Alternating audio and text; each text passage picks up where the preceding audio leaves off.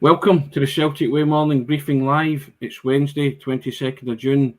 I'm Tony Haggerty, Haggerty10 on the Twitter handle, you know that by now. And I'm joined today by Alison McConnell and Sean Martin at Sean Martin TCW Twitter handle. How are we doing, guys? Good? Oh, good, thanks.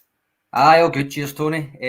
You two will be glad to know that Celtic announcing Siegrist at 10-9 last night was right in the middle of me preparing another impromptu quiz for the pair of you, so you've avoided that particular circle of hell today. But... Yes, excellent. I think I shamed myself the last time we did the quiz, but hey, there you go. I blame the quiz master and the questions. Don't blame the questions. Yes, indeed. Now, as we always do, big up our sponsor, OneFootball. We say thank you very much to them. You can download the OneFootball app, the one-stop football shop for scores, news, lineups, transfer rumours, live streaming, match highlights, much, much more. Immerse yourself in the digital football world and have the best personal digital experience out there. It's a cracking app. Do it, guys. You know what to do. Links in the description. OneFootball app. Download it. And as you can see running along the bottom of the screen, we're still running the free trial. 30 days of the Celtic Way. What more could you ask? Free 30 days. Covering the club you love. www.celticway.co.uk/subscribe. Hit the button. You know what to do. Now, as Sean said, all went Barney last night about 10-9. Benjamin Siegrist, now he's a player that we'd spoken about for a while in terms of coming in as a quality backup to Joe Hart, but not even backup. I think Alison, you'd mentioned, and I think Siegrist mentioned in his first interview as well. He's not content to play backup. He's coming in to challenge, and I think that's what we've spoken about as well. But he's still a good number two to Joe Hart for the time being, isn't he? A decent capture by Celtic. Yeah, I think you want to have competition in every area of the pitch. I think you want to have no complacency in terms of those who've got the shirt. That's not a slight at all on Joe Hart. I thought he did an excellent campaign last year. I thought he assimilated himself very well into the club and into the culture of the club and around the club. I thought he played a captain's part almost at times during the course of the campaign.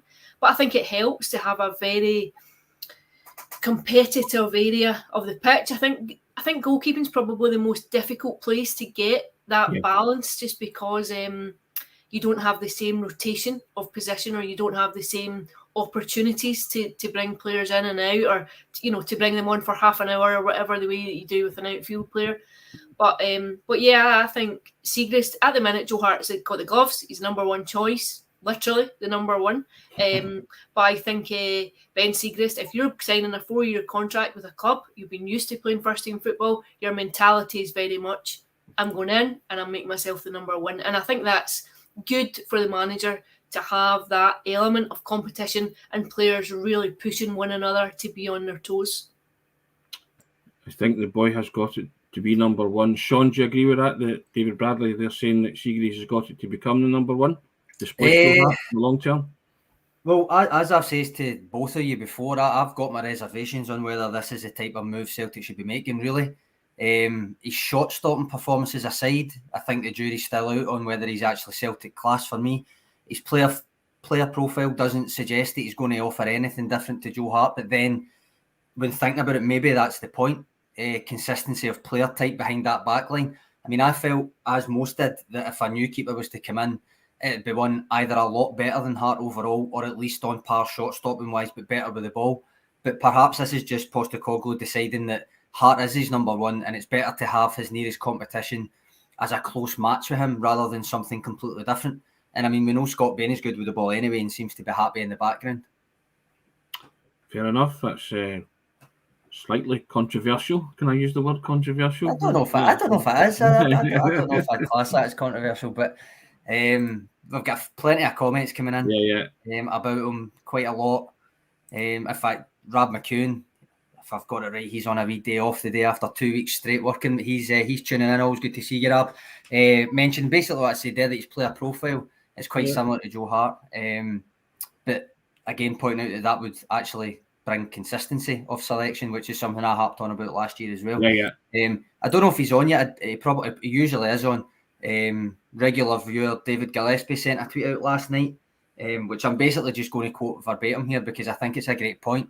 He tweeted out saying that Ange is a clear player profile, but after listening to Benjamin Siegrist's Celtic TV interview, he also has a clear person profile, and on first impressions, I think he'll fit in really well with the rest of the squad. Now, I think that's quite rightly something to focus on, because as I said, the player profile isn't someone who's necessarily going to improve on Joe Hart, but with how often we've heard Ange Postecoglou talk about signing people and not just players, he said that exact thing to you, Tony, when you asked him about how to identify players.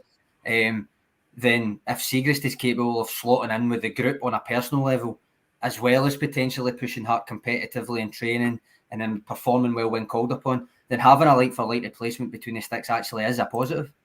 Yeah, he did make a point of that, Alison, when I asked him once. He does sign just good players, he signs good people. I guess that's important for any harmony inside the dressing room.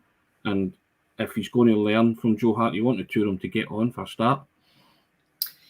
I think for when you're scouting any players, I think there probably is a due diligence done on that aspect of the player in terms of their social skills, almost about how you come in, how you can fit into a dressing room, and how you can fit in with your peer group and get on with people, because I think it's incredibly important. I think if you have someone who comes with a reputation of being quite disruptive in a dressing room, I think it's something that follows players. I think if you have a reputation for that, it can be pretty difficult to shake it off. But I certainly think that you would, any big club spending money on players probably goes and does their due diligence on every facet of what it is that they're buying. Indian Bone Singer comes in. He's a cracking, what did he say? A cracking signing, and he will learn from Joe Hart. I think that's Chris McCann from East Kilbride. I don't know, Chris. How you doing, Chris? Hope you're well, bud. Top man for tuning in. Now, Jerry McCann comes in and says he's definitely better than Scott Bain. That's all a matter of opinion, I guess, isn't it? And David Bradley said, Sean, he's 20 times better than Bain. He is shocking to be second choice keeper. Again, that's up to personal preference, isn't it, Sean? Do you agree with that he's 20 times better, or he's a much better goalkeeper than Bain?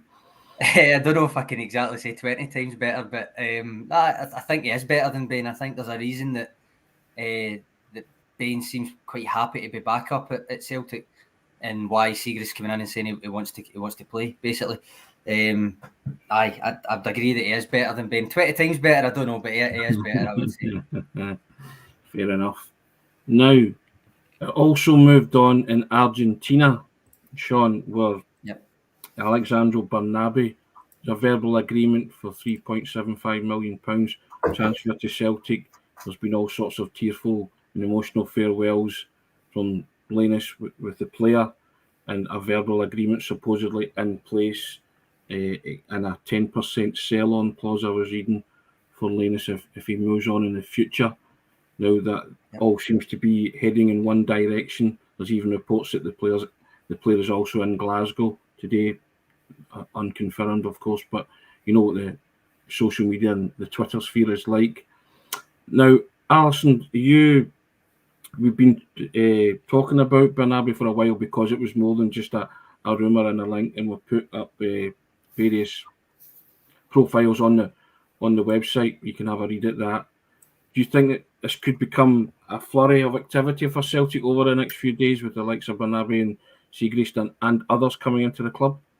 I think what's notable so far in the window is that Celtic look to be getting business done fairly early. I think it's maybe a deviation from recent seasons. I think you've seen at times sometimes scrambling about in the latter stages before the window closes to get key positions covered or bring players in. I think it seems to be very organised in terms of identifying targets and getting them in quickly.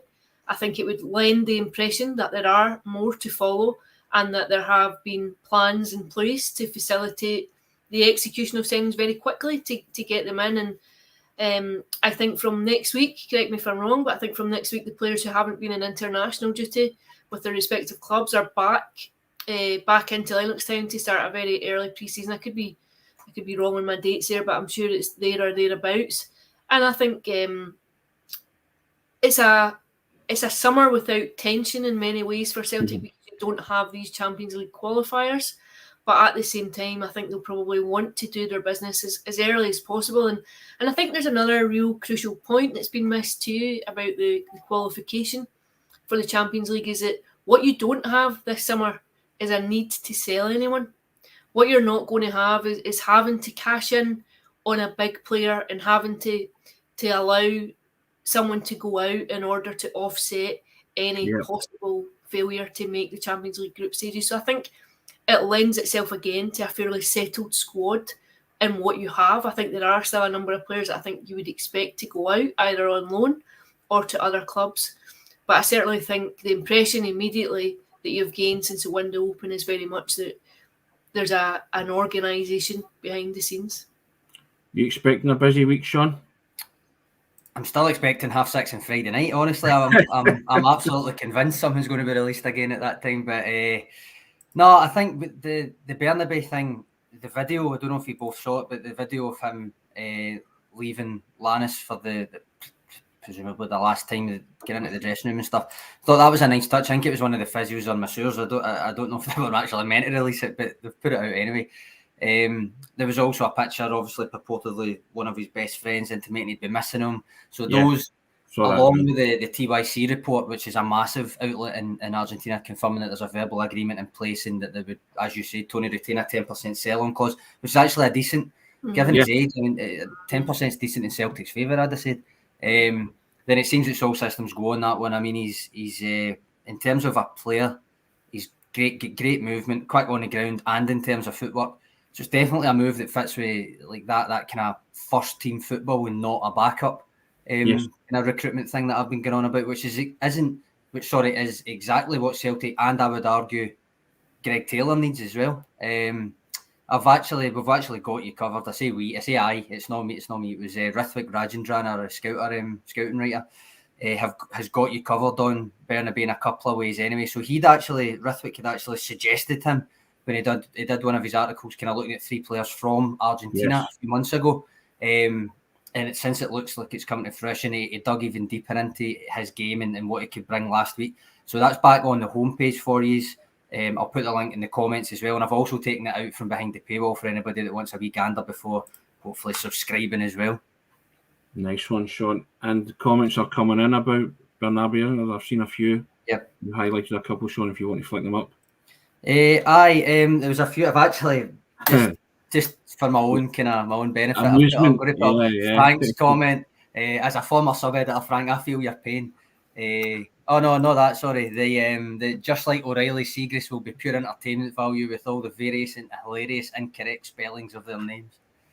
But we'll see. As a former sub, I feel your pain there, Frank. But Patrick McLaughlin coming in with a comment on Bernabei, which I thought was a decent one. He's learned the Glasgow kiss ahead of schedule. That's obviously a comment on his indiscretion that we spoke about the other day that got him sent off. I still think there was very little in it, but I suppose he did put himself in the position.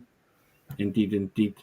But as you say, Alison, probably getting ready for some hectic flurry of activity transfer-wise for Celtic.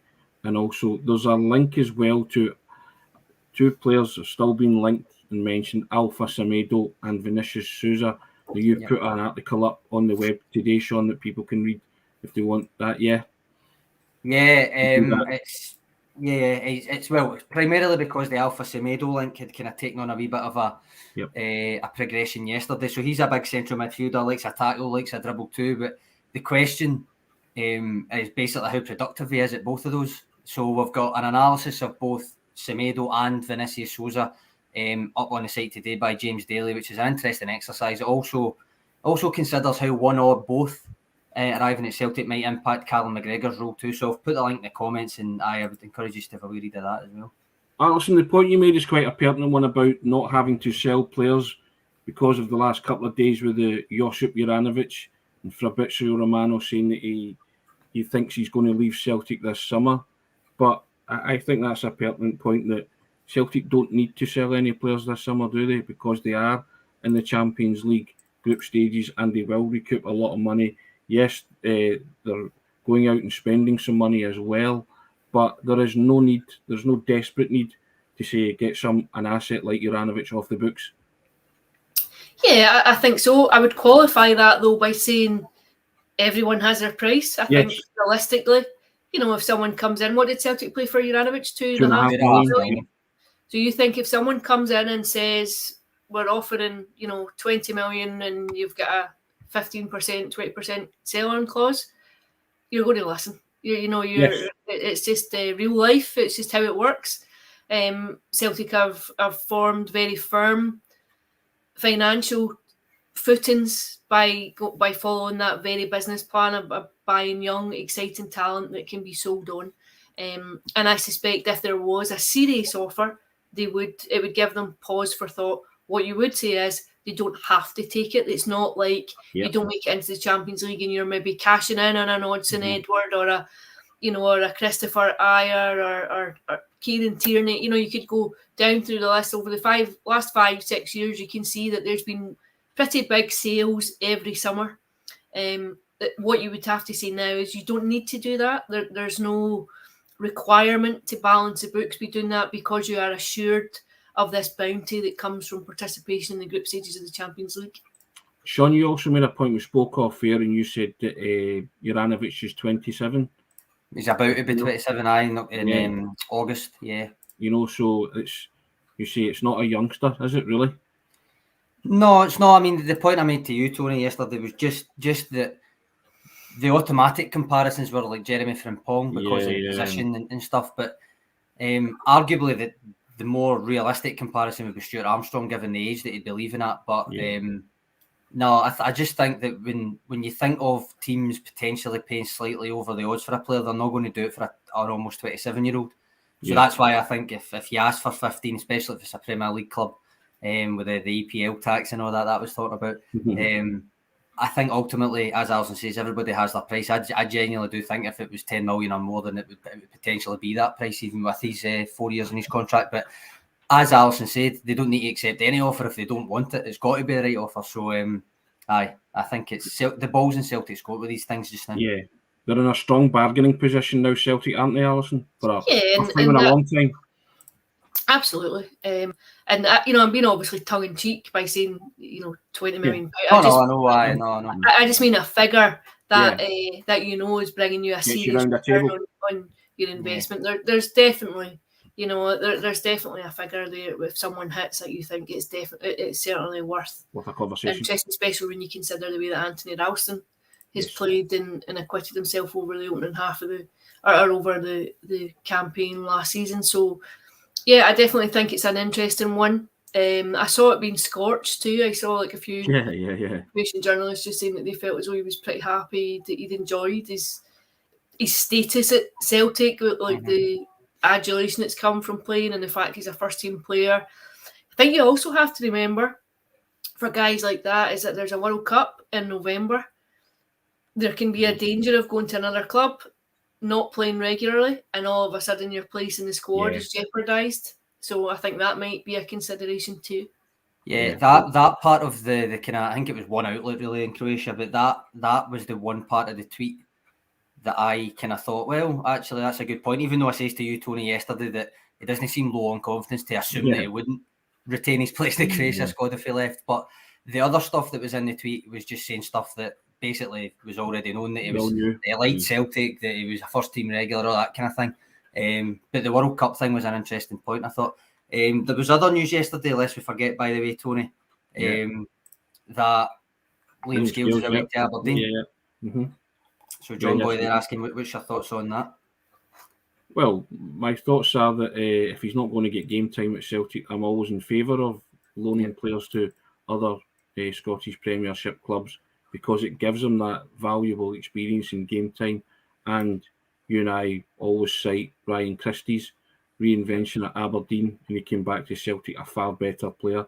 So I'm all for that, because I noticed that there wasn't an option to buy in that loan deal, was there? So no, there wasn't. No, but there wasn't one mentioned. Yeah, I think Celtic still maybe have possible high hopes for Liam Scales, Alison, and he's better away playing, isn't he, if he's not going to get regular game time at Celtic?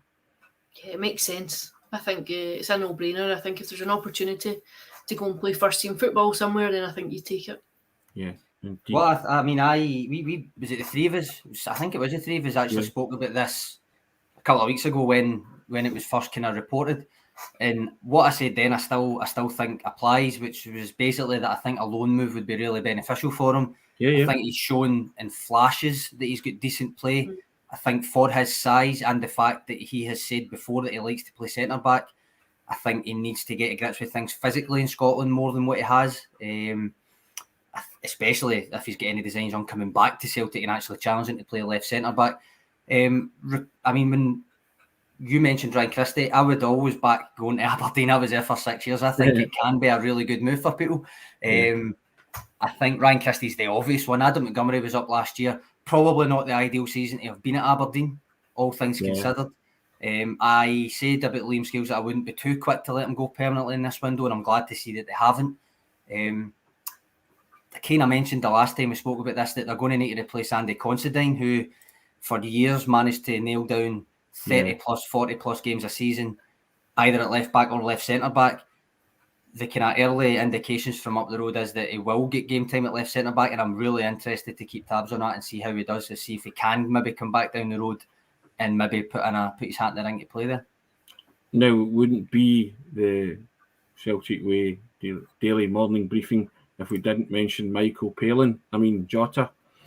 Yes, because he's on his travels, isn't he? He had more holidays than Michael Palin, hasn't he? So now there's reports that he's in the country now. Don't know what country, but I was assuming we were talking about Scotland. Again, unconfirmed, but we've heard all the speculation, and they reckon that could be done by the close of play or close of the week. Do we buy into that, guys? Are we confident that that's still going to happen? I know Alison's still not convinced. Friday, 6:30, Tony. Friday, 6:30. That's... No, I don't know. As Alison's about to say, you're not going to know until it gets announced. It is as simple as that, really. And I think Alison's made the point, kind of tempering our expectations a wee bit over the last couple of weeks, just pointing out that kind of thing. So, I think it's without trying to hype it up too much, we'll just watch this space in it. But Alison, you stand by that? Your comments, yeah? I think so. I think I think he's a boy with options. I think you can see that. I think if the clubs agree, not just the fee, obviously the fee was agreed, but everything that goes round about it, sell-on clauses and structure of the deal, all the small facets that make up a contract. I think if the clubs agree that, and he has given an indication that he wishes to say, then once that's sorted, you'll see an announcement. But I think sometimes the cynic in me would always lean towards the fact that there is always a danger of someone coming in with a bigger and better offer, a more lucrative offer. I'll qualify that again by saying I think the Champions League will be a significant carrot. Sean, Jota. We're starting a book, are we? Bringing it 5:32 p.m. on Sunday. Who had 23 minutes in before we said Jota and the home kit launch? Yes, I'm pleased with that. Well, I think that seems a neat way to jump off the bulletin today. Guys, have a wonderful Wednesday. We'll be back tomorrow to do it all again. Jota just been spotted on the ferry to Rossi off his travel point for the season. Indeed, that it wouldn't surprise me. You know how these things go. But guys, thanks for your contribution, first class. Thanks for the comments, guys. We try and read as many as them out, and we like to have a laugh as well. Don't take yourself too seriously, as you can see. And all I can say is download the One Football app. Thank you to them for sponsoring the show, and hit that subscribe button, guys, for 30 days free trial. www.celticway.co.uk/subscribe. Sean, Alison, thanks a lot. See you all soon. Cheers, guys. Thank you.